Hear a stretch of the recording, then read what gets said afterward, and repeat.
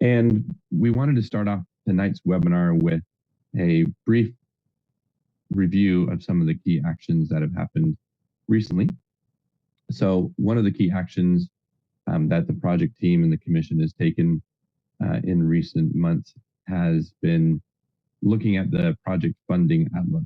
And in the March 20th presentation and item at the RTC Commission meeting, there was a commission action to align the zero emission passenger rail and trail project with the state rail plan, and I'll get to that in the next slide. But funding for a capital project like the zero emission passenger rail project involves a combination of federal, state, and local funding sources.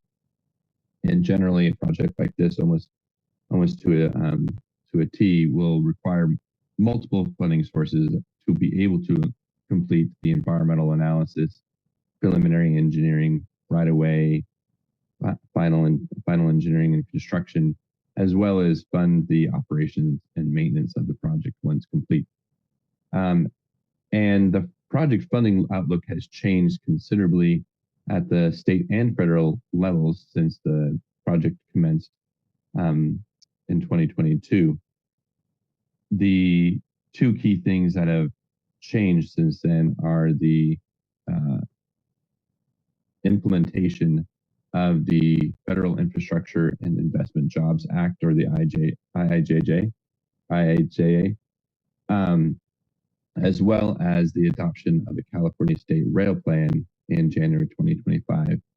And also recently, the uncertainty of the new administration, federal investment policies and priorities.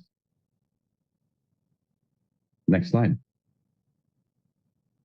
So traditionally, a project such as zero emission passenger rail and trail project has the pre-construction activities funded locally with or in a combination of state and local funding. What has changed is the implementation, as I mentioned, of the IIJA, the Infrastructure Jobs Act, and implementing the Federal Railroad Administration's Corridor Identification and Development Program, or the Corridor ID program. And that program specifically was designed to create a pipeline of intercity rail projects to develop and deliver throughout the United States. Another program that rail projects will often go to and have historically are the Federal Transit Administration's projects for commuter rail and light rail projects. The key difference between the two of them are under the Federal Transit Administration, or FTA's programs, the pre-construction activities are funded locally, and the capital investment comes when you're going to the construction phase of the project. And generally, they have a maximum of about 50% for the federal investment. And that would require a local and state match of the other remaining 50%. But through the Corridor ID program underneath the Federal Railroad Administration, that new program actually offers does federal grants for the pre-construction activities, with federal grants offering up to 80% maximum contribution for some of the pre-construction and environmental documentation phases.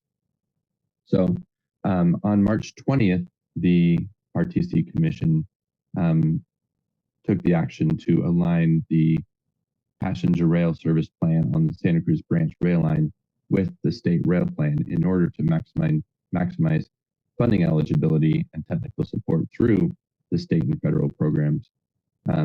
As we've been working closely with the state and Caltrans, who's the lead for the service development plan on the Central Coast Corridor, which includes the Santa Cruz Branch rail line.